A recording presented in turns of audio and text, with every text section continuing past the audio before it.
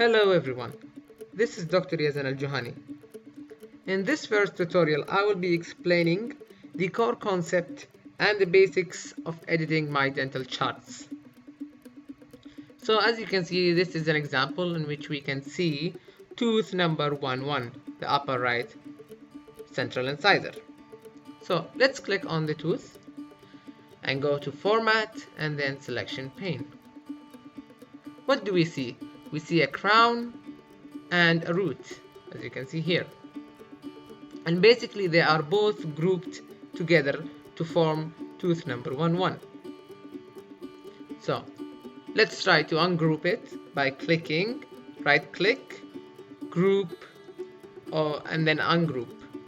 Or we can also use the shortcut Control Shift and G.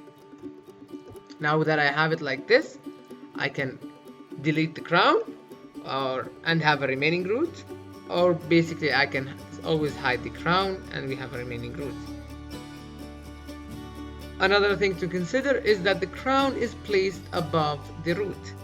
Sometimes you need to make sure that some of the drawings are placed above the others, because if we do not do that, such in this case, we will have a discrepancy like this one. The crown will go below the root, and then the filling of this drawing will cover the crown itself, so we will not be able to see the cervical line, such in this case.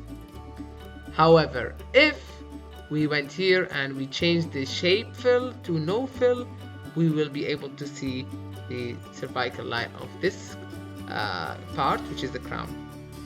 So always consider making sure that the alignment and the position of the drawing is correct.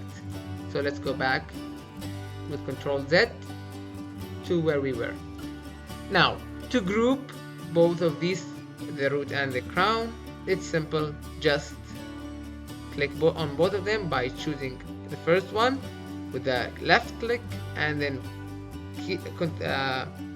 clicking on Control and then choosing the crown, and then basically either clicking Control and G or by right click, group, and then group. So we have this tooth. Now that I grouped both of these drawings, the root and the crown, I will be able to name it here. So I will go ahead and name it tooth number 11. Assuming I want to reduce the size of this drawing, all I have to do is to make sure that it would be reduced in a harmonious manner so that the aspect ratio is not affected. You have to click Shift and then reduce the size. Otherwise, if you do not click Shift, you can do like this and the image will be distorted. So as a rule of thumb, always click Shift before you reduce the size. Okay, so let's go on to more parameters that we can edit. We can basically come to Format and then choose the shape fill. So now that I have them both joined, whenever I choose the fill, it will fill both of them in the same color. As you can see, we can make it blue. And also the outline, I can change the color of the outline and the weight of the outline.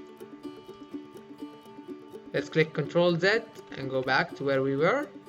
If I want to change the color of only one of the parameters, I can click on it on the object, or I can come here to tooth number 11 and then I click on the root and I change the color of the root by going to Format. Sorry, the color is here. So that's it for changing the colors. Now another thing that we can consider is when you have more than one tooth. As you can see here, we have tooth number 11 and tooth number 21. So let's assume that they were both ungrouped, Control Shift and G, and then come here and we decide to group them. So crown and root together, I will click Control G, and let's say I forgot to name them as tooth number 11, and then these two Control G, and I remember to name them as number tooth 2, 1. What will happen is if I decide to group them, all of them together, Control G, and name them as central incisors, okay, and I decide, oh, I forgot to name this group, you will not be able to name them because you have to ungroup it. So always make sure you name the groups before you group them with another parameter or drawing or another group. So let's decide to color these roots. Either we can color the roots by either clicking on the roots here, the root on tooth number 1, and then control and clicking on the other root, or by simply clicking on this drawing. You can see all of them were chosen, and then another click, and then control and another click, and we can change the color of the fill. If I, however, decide not to do that and I just click on this, I can choose shape fill, no fill, and then voila, what we will see, the whole drawing has changed. Also, another thing to consider is if you want to resize more than one object, let's say these two teeth were not grouped and I decided I want to make them in a smaller size. If I reduce the size, they will go away from each other and their relationship will not be as it used to be. So what you have to do is always group them and then reduce the size wherever you want, and you see they're still close together, and then you can, if you want, you can ungroup them again. So that's it for the first tutorial. I hope you found it very helpful. In the next videos I will go in depth with other parameters and how to draw your own dental chart that is unique for your own case. Thank you very much for your time and have a good day.